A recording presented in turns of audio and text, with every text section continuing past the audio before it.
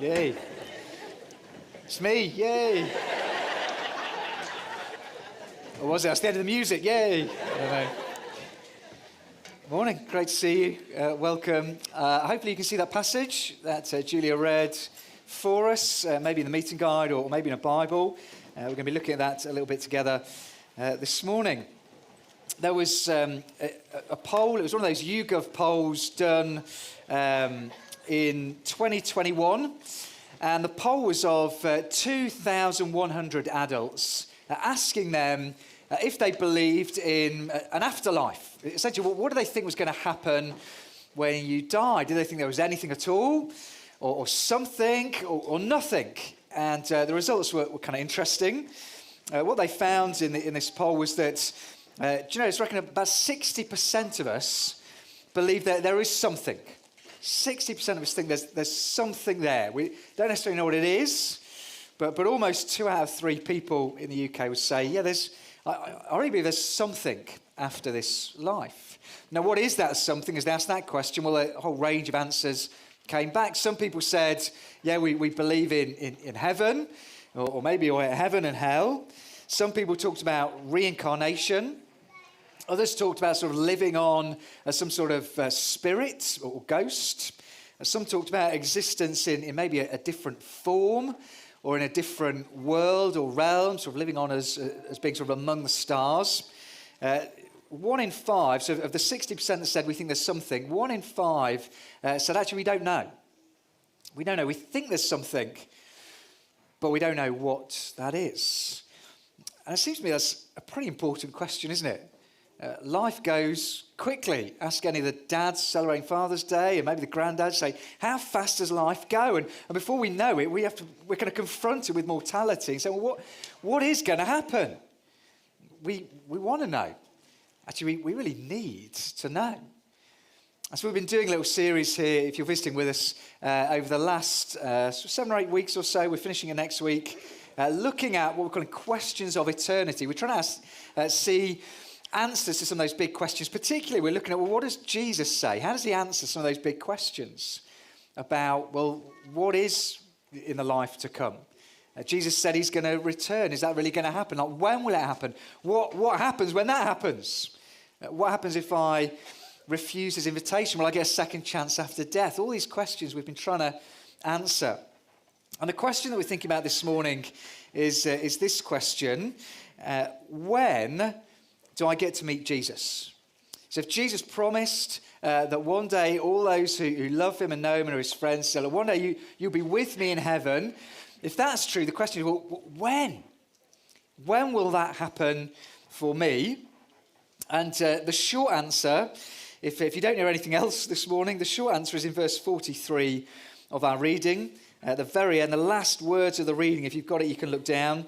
The short answer is this: Jesus says to the thief on the cross, who asked Jesus to forgive him, he says, truly I tell you, today you'll be with me in paradise. The short answer to the question is, for every follower of Jesus, at the moment you die, you go to be with Jesus. You will be conscious, you will be in the presence of Jesus, and you will be in paradise. That's the short answer, but there's a bit more to say, and that's why I kind of put this together for you this morning. If you give one of these in your row or someone next to you, we don't often do this. This is perhaps a bit heavier than I normally want to show you, but the reason I did it is because a whole load of people were asking me questions around some of this. I thought, well, let's just try and answer it reasonably quickly. If this goes over your head, this isn't your thing, don't worry at all. But in a few minutes, I want to just try and answer these questions. There's a little bit more to be said. So you've got a diagram with Bible verses that looks a bit like this. What happens when you die? Well, actually, there's 3 things to be aware of. There's what's called the intermediate state. You die, your body and soul separates, your soul goes to be with Jesus. Then there's Jesus' second coming. There's the resurrection of all bodies and souls reunited. There's a final judgment. And then there's the eternal state, the new heaven and the new earth. Okay, so I hope you can see that here. So the intermediate state, here's just a few verses for you that demonstrate that. We've looked at the one Jesus says. And Paul says in Philippians 1, I desire to depart and be with Christ. He's talking about his death. We're in 2 Corinthians 5. We are confident. I'm saying we'll prefer to be away from the body, at home with the Lord. He's talking about death. When you die, your soul is away from the body. Your soul goes to be with Jesus. Or the book of Revelation, John's vision. He sees on the altar the souls of those who had been slain because of the word of God, and they called out, how long? The soul is separate from the body, and it is with Jesus in paradise and in heaven. But that's not the end of it. Because at some point, Jesus said he's going to come back. Jesus will personally return to the earth. There will be a resurrection of all bodies, and souls will be reunited. However Jesus is able to do that, he's powerful, he can do that, he can make that work. They're reunited, and then there's a final judgment. So here's a few verses to that end. When the Son of Man comes in his glory, and all the angels with him, he'll sit on his throne. And all the nations will be gathered before him, and he'll separate out sheep and goats. In other words, those who've believed in him and those who haven't. Or in John's gospel, a time is coming when all who are in their graves will hear his voice, and they'll come out, the resurrection. Those who have done what is good will rise to live, and those who have done evil will rise to be condemned. Paul again, 2 Corinthians 5, we must all appear before the judgment seat of Christ, so that each of us may receive what is due us for the things done while in the body, whether good or bad. Or Revelation, the very end there, chapter 20, John's vision, I saw the dead, great and small, standing before the throne. The books are opened. And another book was opened, which is the book of life. And the dead were judged according to what they had done, as recorded in the books. And death and Hades gave the dead that were in them, and each person was judged according to what they had done. So there'll come a day where all the departed souls will be rejoined to their bodies. We will stand before the judgment seat of Christ. And there'll be books. Here's the books that are going to come out. Here's all the folders, boys and girls, that are going to have everything you've ever done written in them. The good stuff and the bad stuff. Everything you've ever said, everything you've ever thought, everything you've ever done, the books are going to come out, and the judge is going to go through them. He's going to know everything that he's ever done. And the worrying thing is if your life is anything like mine, you think, well, I know not everything in there is good. I know actually God's standard is perfection. He's holy, he's perfect. So actually, I look at that, and that fills me with a bit of fear, because there's a problem here, because there's stuff in those books which I would deserve to be judged for. It would be right that God judge me, because I've not lived a perfect life. No one has. So the books come out, but there's another book. There's the book of life. And in the book of life is written all the names of all those who've believed in Jesus. And the book of life, all those names are written in there. And they'll go through that book. And at that point, it won't really matter what's in here, because all of us deserve to be judged because of what's in these books. But if your name's in this book, if you've believed, you go to be with Jesus, the new heaven and the new earth, and you enjoy that forever.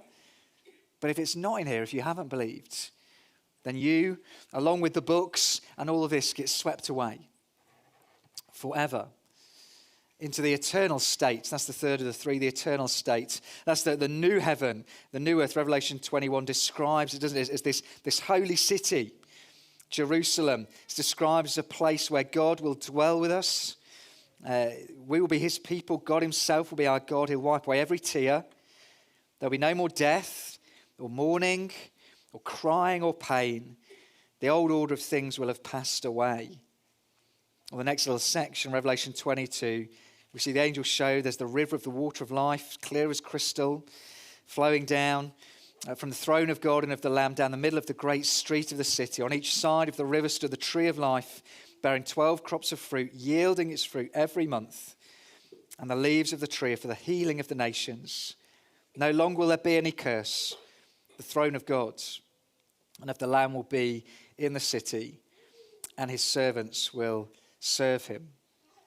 So that's the slightly fuller answer to the question. When do we meet Jesus? Well, the short answer is, as soon as you die. If you're a friend of Jesus, if you're a follower of Jesus, as soon as you die, your soul goes to be with him in heaven. But then the rest of that is there for you. If you want to come and ask me anything about that, feel free. Come and find me afterwards. Email me in the week. Get in contact. If you want to find out more about that, I'm happy to try and answer your questions. But there's a more kind of fundamental question here, isn't there?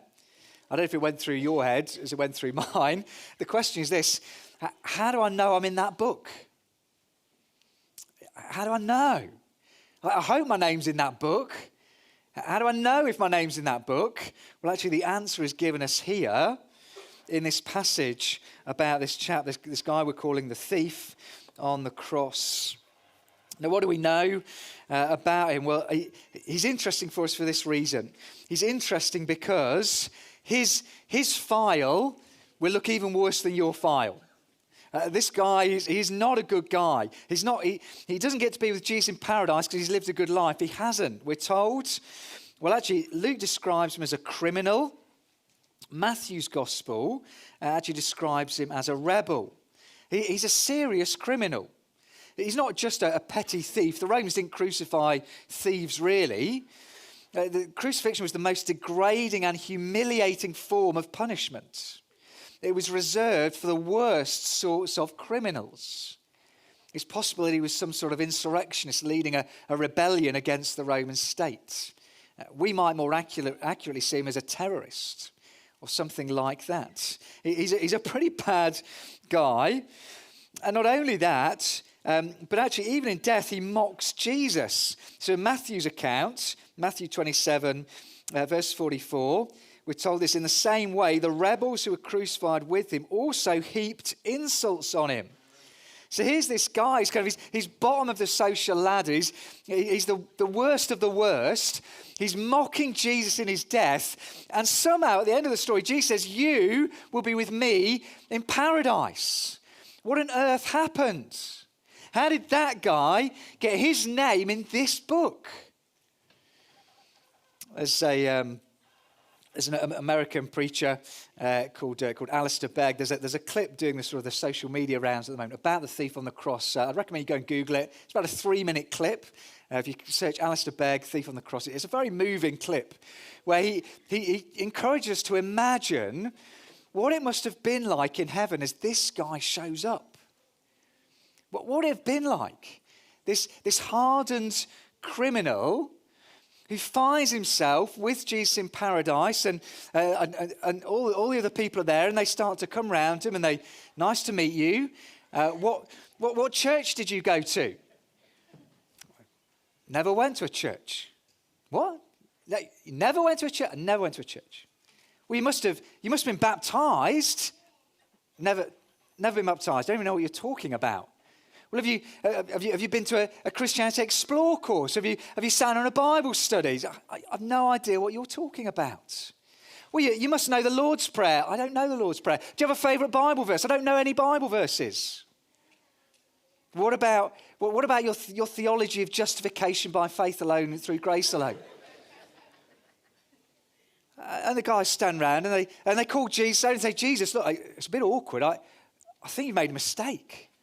I think someone slipped in who shouldn't really be here. And Jesus says, no, I know him. He should be here. And the people go, well, why? On what basis does he get to be here? And Jesus would just say, because I said so. What does happen to this man? There is something that happens to him. I think we can see it in this passage. Briefly, 3 things that I think change in him. He moves from mocking Jesus to recognizing Jesus. Here's the 3 things I think that are happening. Here's the first one. He comes to this place where he fears God. Although he started mocking Jesus, it's almost as he comes close to his death and the other criminal keeps going. Verse 40, we'll read this. That the other criminal rebuked him, don't you fear God? Don't you fear God? He's seen something is happening. He's aware he's close to death. He's seen everything that's happened to Jesus. He's seen how Jesus is dying. He's seen Jesus pray for forgiveness for his enemies. And something begins to change in him where sort of faced with his mortality, literally probably minutes away, he begins to fear. He begins to fear what lies ahead. And he fears God. And he thinks Jesus might have some answers. When I was in the end of my first year in university, I nearly flunked my first year. I nearly had to resit it. I'd failed one of my exams. And I had to resit. I had to go back early and resit this exam. And if I failed it again, I'd have failed the whole year. They'd have made me redo the whole thing. And up to that point, I'd been fairly kind of relaxed, thought, oh, uni, how hard can it be? It'll be fine. Just, nobody takes it too seriously. It'll be okay. But faced with this prospect of failure, I've got to stop mucking about. I've got to take this seriously. I've got to get my head down. I've got to put the work in. Because there's a real possibility I'm going to fail and have to redo the whole thing. See, this guy, when it comes to the crunch, he gets serious. Faced with his mortality, he does actually, I think what most people do, they begin to fear what lies ahead. And he particularly, he fears God. Second thing that he does is he recognizes Jesus. He begins to recognize Jesus, doesn't he? Do you notice what he says in verse 42? Have a little look down if you've got it in the reading. Older ones, you can show the kids this. Verse 42, what does he say? He says to Jesus, Jesus, remember me when you come into your kingdom.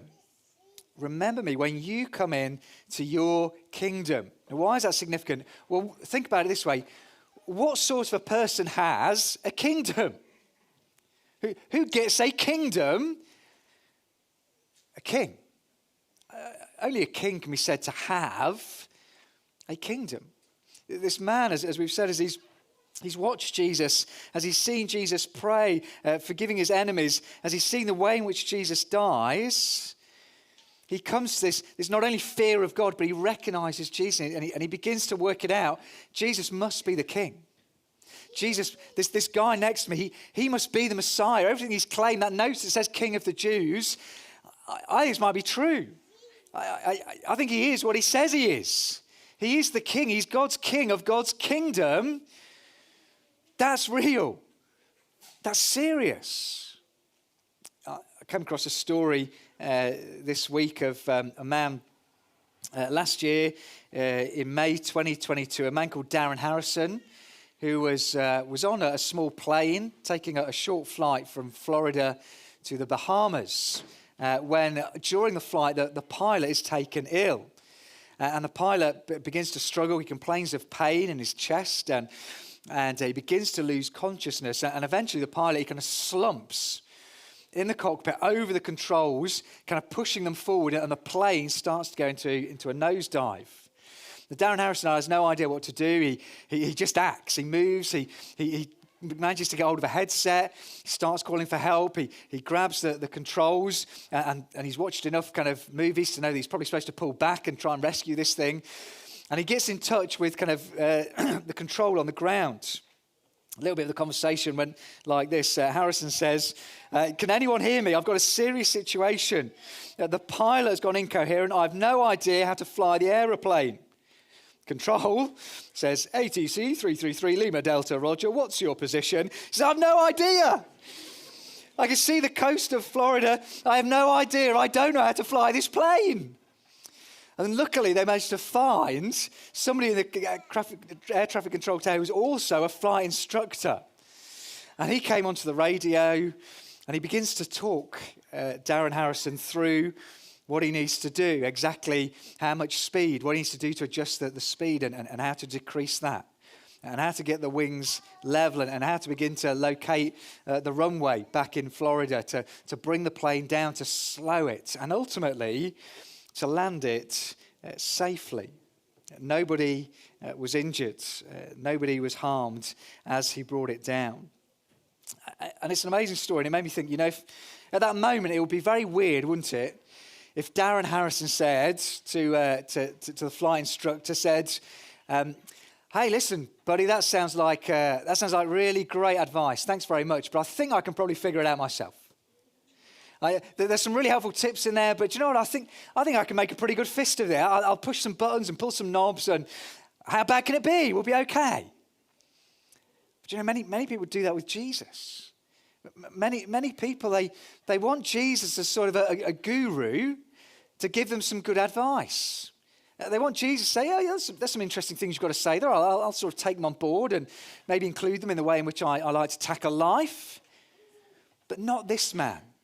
This man gets it. He sees clearly what he really needs to see, that Jesus is the king, that he's going to be coming into his kingdom as God's king. And therefore, he is the one with whom he needs to do business. And this is the final thing he does. He asks for forgiveness. He asks for forgiveness. That might not be immediately obvious from the words he says, but I want to show you why he's doing it, what he's really saying. So in verse 42 again, what does he say? He says, Jesus, remember me. Jesus, remember me. What is he asking? There's different ways we can remember things, aren't there? There's different ways we understand remembrance. Remembrance can be a sort of a, oh yeah, I'd forgotten that thing, I've just brought it to mind. But remembrance can also be a sense of sort of to give focused attention to. So think about it, when we do Remembrance Sunday here in November every year, it's not, we don't get together and go, oh yeah, I've completely forgotten about 2 world wars. No, it's not we have forgot it, it's that we're choosing in that moment to give particular focused attention. That is what he's asking for. It's the same word used in the Greek translation of Psalm 8 in the Old Testament, where the psalmist says, David says, what is man that you are mindful of him? It's exactly the same word. Essentially, the criminal here is saying, Jesus, could you be mindful of me? Could you be mindful of my life, of my case, of my cause? Could you be mindful of my plea? So he knows, doesn't he? He knows he's got nothing to offer. There's nothing here which is going to help him. There's nothing here. This is only going to condemn him forever, and he knows it. So all he can do is reach out and say, "Geez, can you be mindful of me? Could you remember me? Could you take me to be with you? Could you forgive me?" It's a wonderfully encouraging little kind of snapshot on what it means to be a follower of Jesus. It tells you, what do you need to do to become a follower of Jesus? It tells you, it's all here, isn't it? What do you need to do? Well, do you fear God? Do you recognize Jesus as the King? And then will you say, Jesus, remember me? Jesus, remember me? That's all that's required. And it's a great passage, isn't it, that helps us. Perhaps you're struggling a bit with your sense of, look, can it really be true? How can I know that my name is in this book?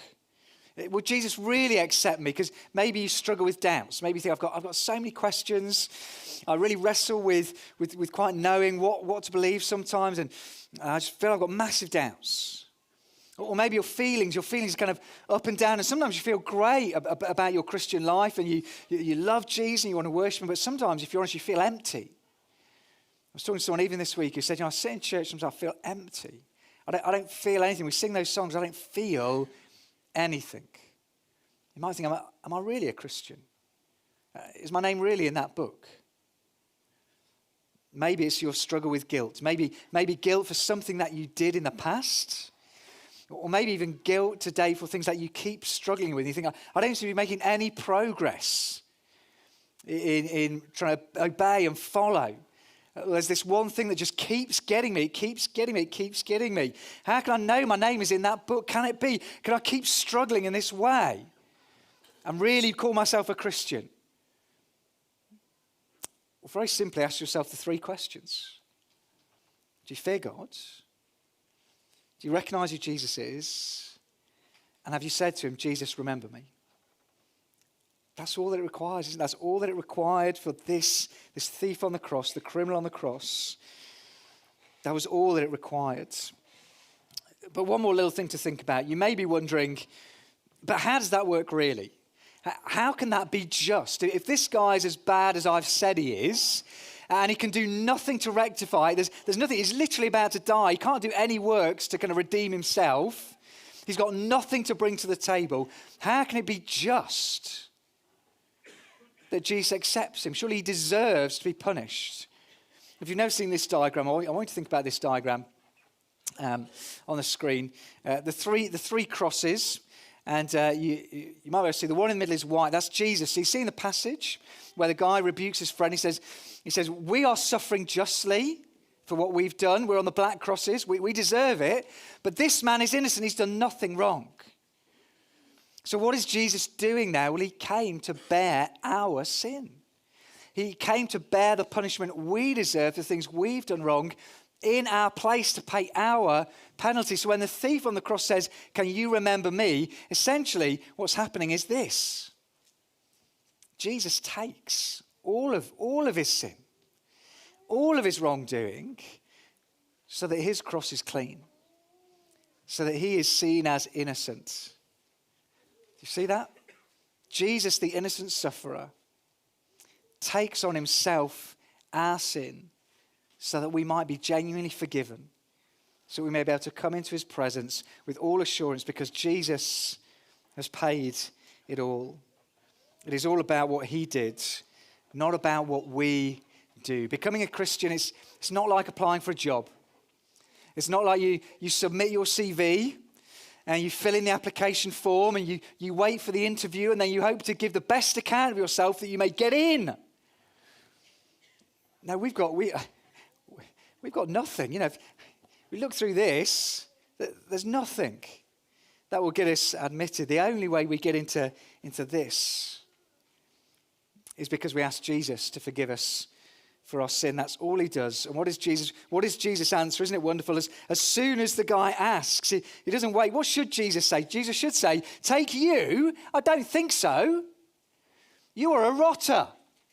You're going to get punished forever and you deserve it. Take you. You were mocking me half an hour ago. You think I should take you? Now, what does Jesus say? As soon as somebody makes that first move, Jesus, remember me, instantly the answer comes, doesn't he? No doubt, no hesitation, no equivocation. Truly, I tell you, today, you, me, paradise. Today, you and me will be in paradise. It's a wonderful invitation, isn't it? If you want to know how do I follow Jesus, it's a 3-word prayer. It's a 3-word prayer to become a follower. Jesus, remember me.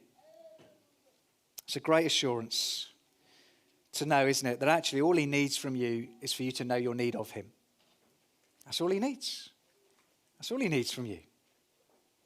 All he needs from you is for you to know your needs of him. That's great assurance for those who are struggling with doubts, struggling with ups and downs, struggling with guilt.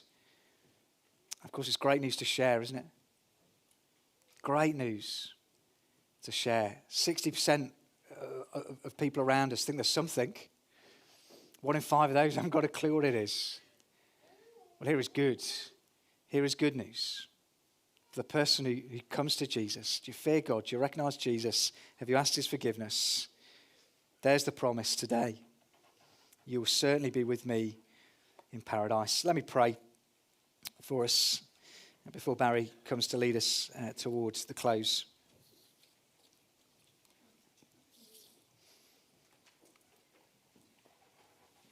Our living Lord Jesus, we are just amazed. We stand amazed.